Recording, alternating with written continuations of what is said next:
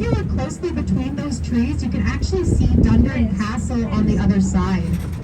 Big beige building that you can see through the trees. If you're ever visiting Dundurn Castle, come out to that lookout point, I'll point you out, and then you can be part of the tourist attraction this time.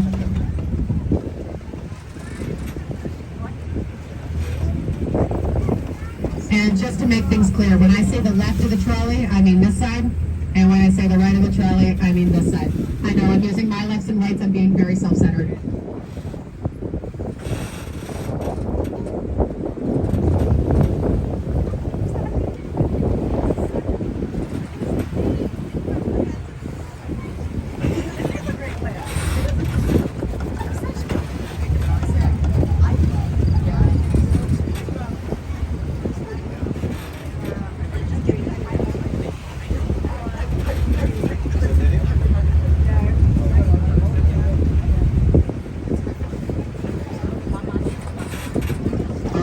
Coming up on a bunch of these little islands in the water.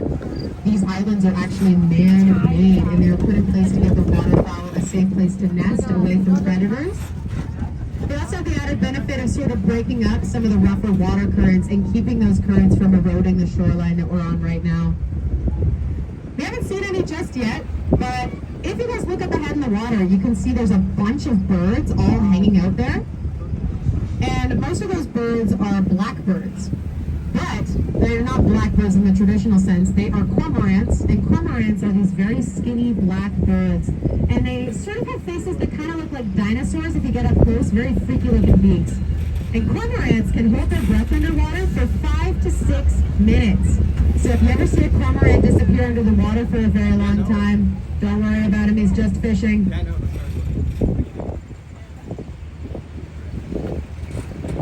So if you see these little black birds that are hanging out in the water right now, those are cormorants.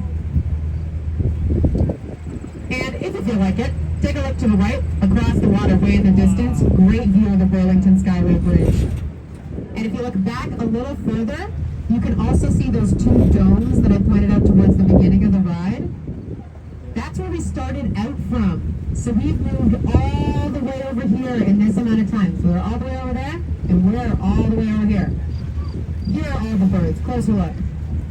So I think that the cormorants like to gather here because there's a sandbar right there. So the fish are a little closer to the surface. They can access them a little bit better.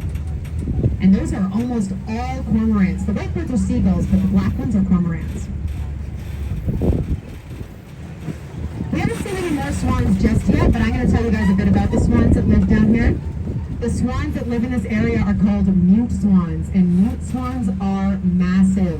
They can have wingspans of up to 6 to 8 feet, which is way taller than I am, and I like to think that I'm pretty tall, so they are huge. And mute swans also mate for life, so if you ever see 2 adult swans together, they probably also have a baby nearby. Unfortunately, they are also an invasive species. They came over here from Europe. That's a cormorant sitting in the tree right there.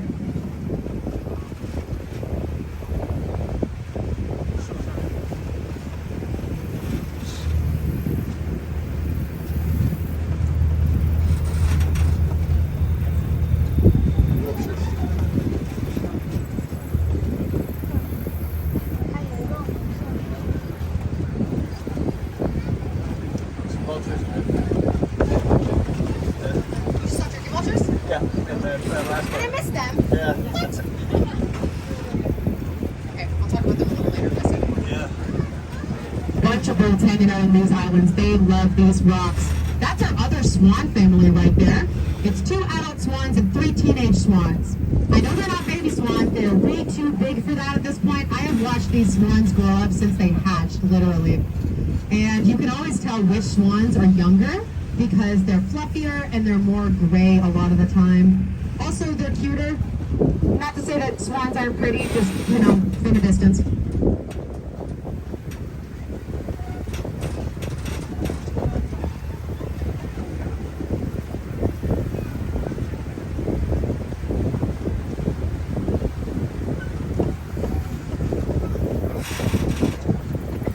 We're about to head through the Desjardins Canal, but we're going to start out by going over this floating structure. It's a bit bumpy, it makes quite a bit of noise. Hold on to your hats and your kids.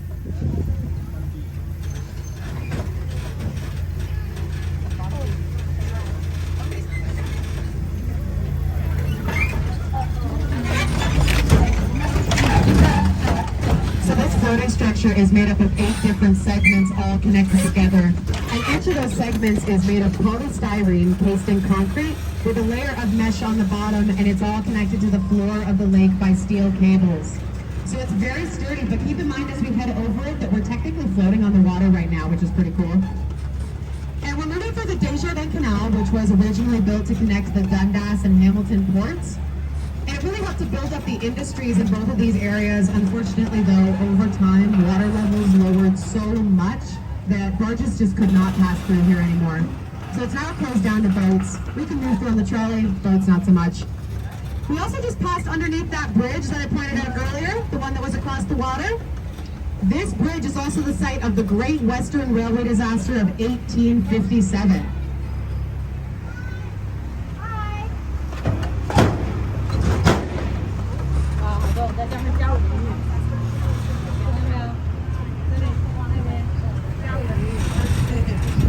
Up ahead there are these 2 cranes. That's the fishway. And the fishway filters out any non-native carp species and keeps them out of Coots Paradise while still allowing the water and the native fish to pass through. And with that, we are now heading into Coots Paradise. Coots Paradise is owned and operated by the Royal Botanical Gardens, and it has the largest plant volume in Canada. There are about 30 mammal species that live here, and then on top of that, birds love it down here because it's a great place for them to go during the spring, summer, autumn months when they're not heading away for the winter. I know we've already seen a lot of birds today, but we're going to keep seeing them, so don't get bored of them just yet. The waters of Coots Paradise also connect Dundas and Hamilton, so hypothetically, if you really liked kayaking, you could kayak all the way to Dundas. Although, again, you have to be really committed. When we hit the water, you're going to start to see these little floating structures in there. Those are art installations. The RBG has recently put these in as part of the Urban Moorings project.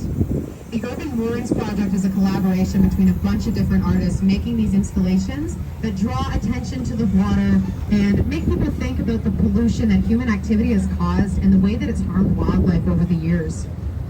There are signs posted along the trail. You can read more about each installation. The only one that I know the name of is this wooden dome right here. This is called the Bird Restaurant. And next to the Bird Restaurant, we have this grassy green triangle, and that is actually an experiment to see what kinds of plants work best with the minerals in the water. These ones look pretty happy to me.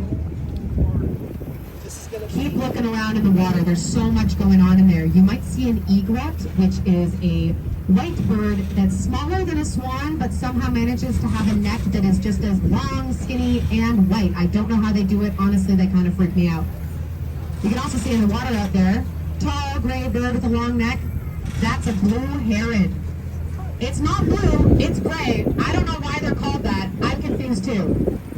You can also see this very long green and brown strip. That is actually made up of old Christmas trees. So the RPG takes these old Christmas trees, they put them in the water, and they act as a sort of filtration system, making the water just a little bit cleaner for the wildlife that lives here. It's nice that they can do that with something that would otherwise just be discarded. You may hear some cars going by. We are moving alongside of the 403 right now.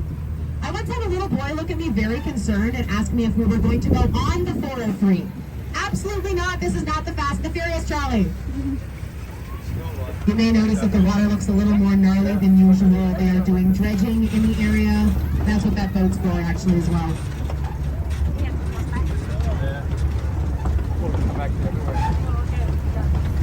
Alright, we're now arriving at Princess Point. We're going to stop to let a couple people off. But in the meantime, I'm going to let you guys know, Princess Point is the halfway/turnaround point for our trip. The entire trip takes about an hour and is about 13.5 kilometers in length. So this is the halfway/half-hour mark.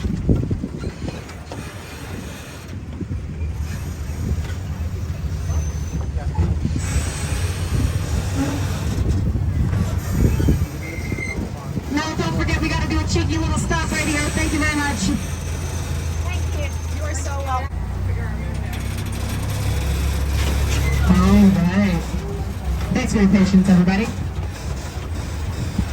So as we head back over the wooden bridge, take a look to the right of the trolley. Way in the distance, you can see the Christ the King Cathedral located near Dundas Plaza. Way right over there. Take a good look.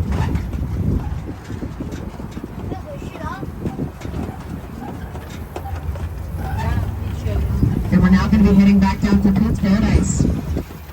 As we do take a look around at all of the different kinds of plants that are down here, there are about 750 different kinds of trees alone. That's just trees.